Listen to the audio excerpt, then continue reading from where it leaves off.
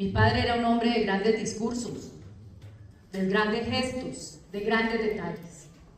Trataré el día de hoy de honrar su memoria y de hacer un discurso lo más fiel posible a lo que él era, a lo que representaba.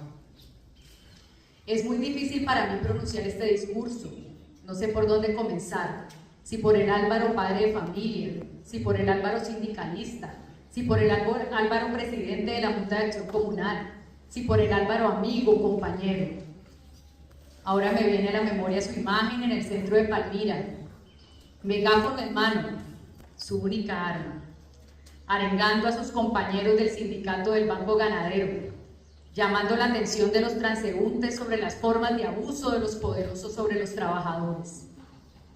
Yo venía del colegio con mis compañeras y al verlo, avergonzada como una adolescente, incapaz de comprender las pasiones de los adultos, traté de pasar desapercibida, aunque alguna de mis amigas me preguntó si aquel señor que hablaba por el megáfono no era mi papá. Ignoré su pregunta, pero no sirvió de nada. Apenas había avanzado unos metros cuando la voz amplificada resonó por todo el centro. Un saludo a las estudiantes del Colegio San Vicente de Paúl, en especial a mi hija Moniquita. Las risas de mis amigas no se hicieron esperar y me acompañaron hasta llegar a casa, donde luego mi padre continuaría con las burlas, reclamándome entre risas que hubiera tratado de no saludar. Esta anécdota, que entonces me llenaba de vergüenza, ahora me revela quién era mi padre, un hombre que en medio de la lucha por la justicia, los derechos de los más débiles, encontraba también espacio para la ternura, el humor, la calidez. La solidaridad en la ternura de los pueblos era algo que decía con frecuencia, pero no eran solo palabras. Todas las personas con las que he conversado en estos 3 días han coincidido con algo. Mi padre las había ayudado, mi padre había hecho algo por ellas, mi padre las había sacado de alguna situación difícil, les había salvado el puesto, les había tramitado algo en la notaría, en el banco, las había orientado, les había dado un consejo o simplemente había hablado con ellas y eso les había servido, porque mi padre era solidario con todas y cada una de las personas que lo necesitaban. Era solidario con quienes no sabían a quién acudir. Siempre tenía una solución y nunca esperó nada a cambio. Nos deja el legado de la solidaridad.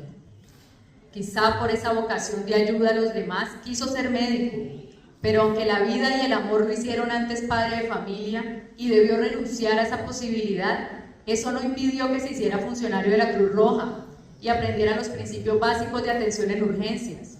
Solo con esos recursos ayudó a muchísima gente, sin importar su condición, su procedencia, ni siquiera su especie. Mi padre suturó y curó a jóvenes de la calle, a borrachos del barrio, a nuestras mascotas y a las de otros. Dio cuidados paliativos a personas moribundas que no tenían a nadie más que las atendiera en esas circunstancias. Pero su verdadera vocación aparecería después cuando entró como empleado al Banco Popular, donde en lugar de tratar de avanzar en la jerarquía empresarial y lograr puestos de mayor autoridad y mejor remunerados, buscó unirse al sindicato y dedicar sus mejores capacidades y sus mayores esfuerzos a luchar por los derechos de sus compañeros, a velar por el respeto de su dignidad como trabajadores y como seres humanos.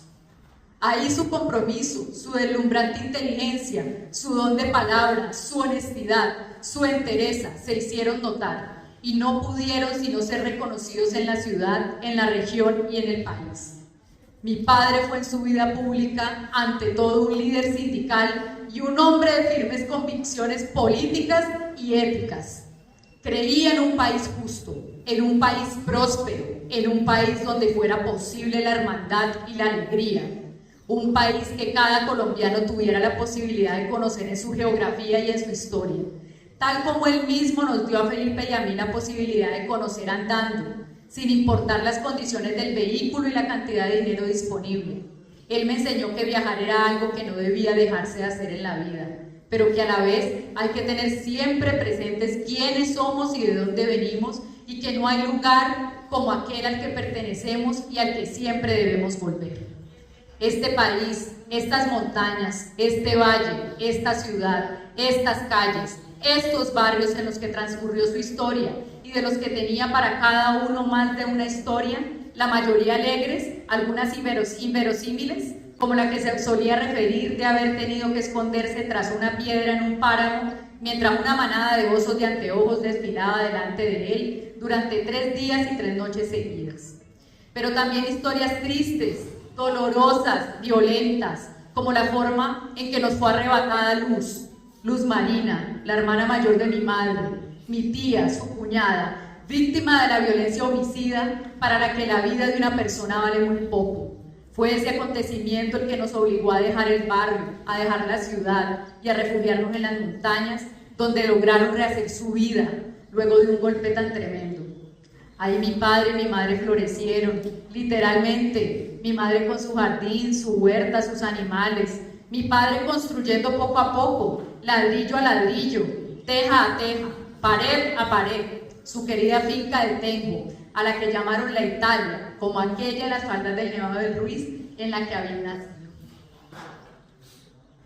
Porque mi padre también era un gran constructor, un hombre de gran habilidad manual, un experto en el manejo de herramientas, aquel pariente o vecino que sabes que te puede ayudar con cualquier desperfecto en casa, como hasta el último día hizo en mi propia casa, donde ahora 3 cuadros colgados quedarán como su última muestra de amor en nuestras paredes. Y también allá en la zona rural de Palmira, mi padre se hizo notar, se entregó a esa comunidad que no conocía, pero a la que llegó a conocer como su barrio de infancia, haciéndose como de costumbre amigo de todos, de los vecinos, de los conductores de las chivas, de los profesores de la escuela, de los ancianos, de los niños. Durante la pandemia, sabiendo de las necesidades de la población, me pidió que lo acompañara a comprar alimentos a la ciudad para venderlos en el corregimiento al mismo precio, más baratos incluso, cuando se trataba de alguien que él sabía que no tenía cómo pagar el valor completo de un mercado mínimo. Así, sin ninguna obligación, sin esperar ningún reconocimiento ni otra retribución, mi padre ayudó a hacer un poco más llevadera la situación de muchas personas durante esos tiempos difíciles. Lo que no pudo hacer fue escapar de la violencia de la que se había ido huyendo y que también lo encontró en esas hermosas montañas a las que tanto llegó a amar y que debió dejar, tratando de asegurar su tranquilidad y la seguridad de su familia. Quizá quien dio la orden de acabar con su vida crea que se ha impuesto, que ha derrotado a Álvaro. No es así. No se derrota a quien muere defendiendo sus ideales, a quien nunca negoció sus valores, a quien deja en cada persona que ha conocido una luz de alegría, amor, generosidad. No se derrota con la muerte a quien defiende la vida, porque la vida y siempre la vida prevalece. Papi, nos queda la tranquilidad de que te llevaste de este injusto mundo el cariño de todos cuantos te conocieron. Ver a Petro presidente y ver a Uribe condenado. Álvaro Roncancio, presente, presente, presente. ¿Hasta cuándo? ¿Hasta cuándo? ¿Hasta cuándo?